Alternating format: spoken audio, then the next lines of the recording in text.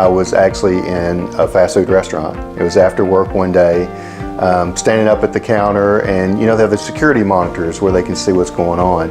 And I was standing in line ordering my food, and out of the corner of my eye, I caught this old guy in the monitor. And I thought, man, that guy's kind of bald. I kind of laughed.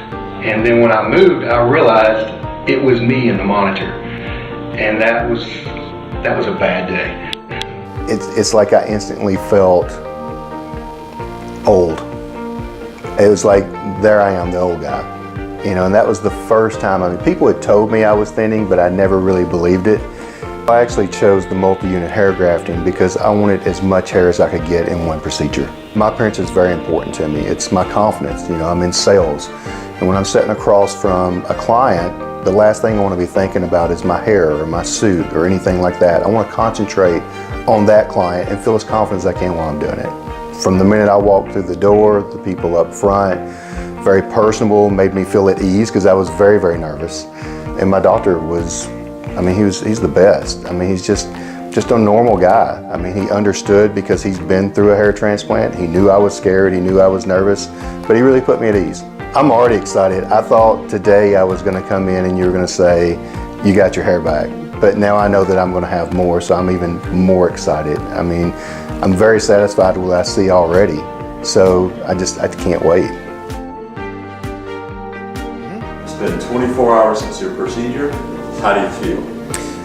I feel really good, surprisingly good. I thought that I would be in a little discomfort, but really it's not bad at all.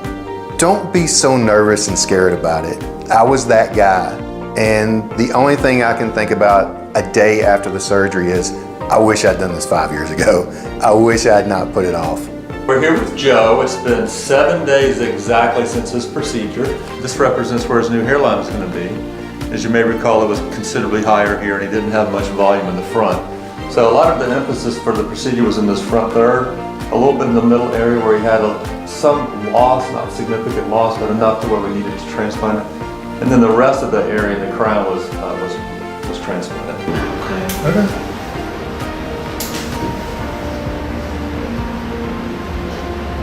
Joe just stopped off for a few minutes and we wanted to check his suture site and make sure everything was good for him. So we're going to take a little closer look here. Joe's healing really, really well. He's been an excellent patient. So there's a fine, thin red line here that you can barely make out. If I pull the hair up, you can see it a little bit more easily. But that's where the suture was. So essentially the line at this point, and it's been only 5 weeks, right? The line is already just a millimeter in width. As you can see, Joe likes to wear his hair short. He could wear his hair much shorter than it is, and no one would ever see this. So a lot of patients are concerned that when multi-unit hair grafting is done, that it leaves a big wide area where there's no hair, and that's just simply a myth. So one of the things I like the most is the hair is growing in gradually. Now at my job, when I tell people what I've done, they always tell me they had no idea. They couldn't tell, and that made me feel good. So yeah, over the last 4 months, I've actually been driving my fiance crazy. We'll be sitting around watching TV and I'll feel, and I'm like, oh, is that a new hair? And she'll come over and she'll look and see it, and we both get really excited. So yeah, it's been really fun. Okay, so it's been 4 months since Joe's procedure. He had his procedure back in October, and it's February. So just want to remind the audience of what we did.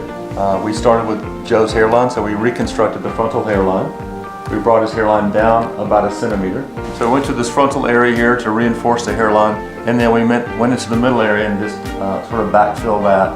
And then we lightly went into the crown where he had some thinning. So as you can see, he still has a little transparency here, which is normal at 4 months. So as the rest of the follicles that are planted continue to grow in and thicken, you'll see over the course of the next 6 to 8 months, this will fill in even more. Joe will probably have a little transparency at the end of the day, but compared to where he was, it's going to be a substantial improvement. So from my understanding, it takes about a year for me to get all of my hair back. I'm only at 4 months and I've already got about 40%. I cannot wait till the end of this process. I cannot wait till the end of this year.